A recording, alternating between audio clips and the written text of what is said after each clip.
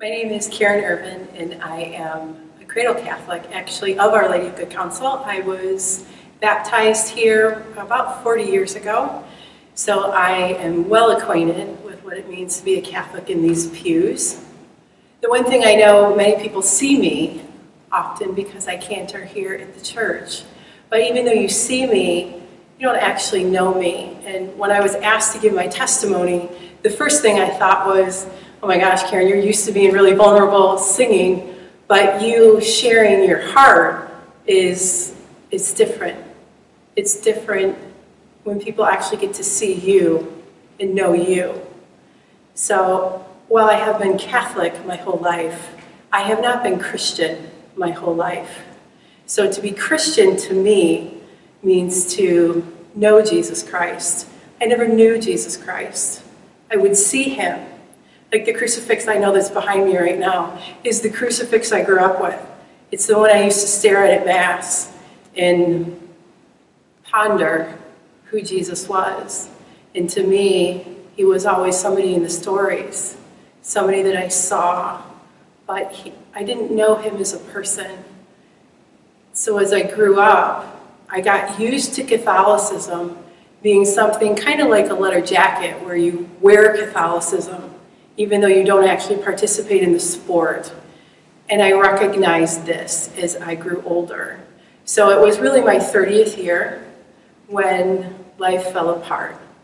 And I knew that something was wrong. What was wrong was that I had filled my life with everything that couldn't actually satisfy me. So in my 30th year, the Lord gave me the great grace to learn how to struggle and how to suffer. And I suffered physically, and I suffered personally, and I suffered professionally. And it has been my greatest gift to have had that time in my life. So when you hit that point, and you realize that you're in the desert, and you ponder Jesus again, and you look at the cross again, you think about the crucifixion again, it becomes more real. And I realized that I didn't know him. So in the suffering, I didn't know him. Instead, I knew self-pity, I knew anger, I knew despair, I knew everything that would keep me from actually accepting the love of God. And the Lord gave me the gift of continually knocking on my heart, right? So in the book of Revelation, it says, behold, I stand at the door and knock. That's exactly what the Lord did to me. He kept knocking, and he said the same thing, come to me. So for 2 years of my suffering, I wrestled, and I wrestled with myself. I wrestled with all the lies that I had been sold from this society and from myself about what would make me happy, about what would fill me.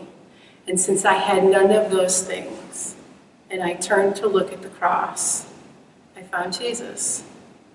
So when I was lost, he's the one who grabbed me. I think about the Gospels so often. You know, Matthew, Mark, Luke, and John explain who Jesus was, and we can read those stories, and sometimes we just read them. We read them without actually knowing who Jesus is. And I believe now everything in them is true. Jesus Christ, incarnate of the Virgin Mary, died but is not dead. He brought sight to the blind. He healed the sick. He rose people from their graves. And I know this because he's done the same thing to me. He opened my eyes when they were blind. He healed me from all the things keeping me from knowing him. So to give this testimony is really to encourage everybody who wrestles, who doesn't see God, who feels chained to that despair or that abandonment or that rejection, to wrestle, to seek, to open your heart, to actually look at the crucifix and say, Jesus, who are you? When you stand before God and you say to him, I don't know who you are, but I really want to. He will reveal himself, and I promise you will be amazed. So we have this program called Alpha, and I've been through Alpha. Alpha, to me, is a great way to learn more about the person of Jesus. It doesn't matter if you're Christian or not, Catholic or not, Jewish, whatever. When you go to Alpha, you have the opportunity to hear the gospel proclaimed about Jesus, so that the stories you know in the Bible, or the pictures of Jesus that you've seen, you have the opportunity to ask yourself those questions. Who is Jesus to you? So I would encourage you, search your souls. Think about your life. If the Lord's knocking at your heart, which he does over and over and over again, come to him, and I promise that you will be filled.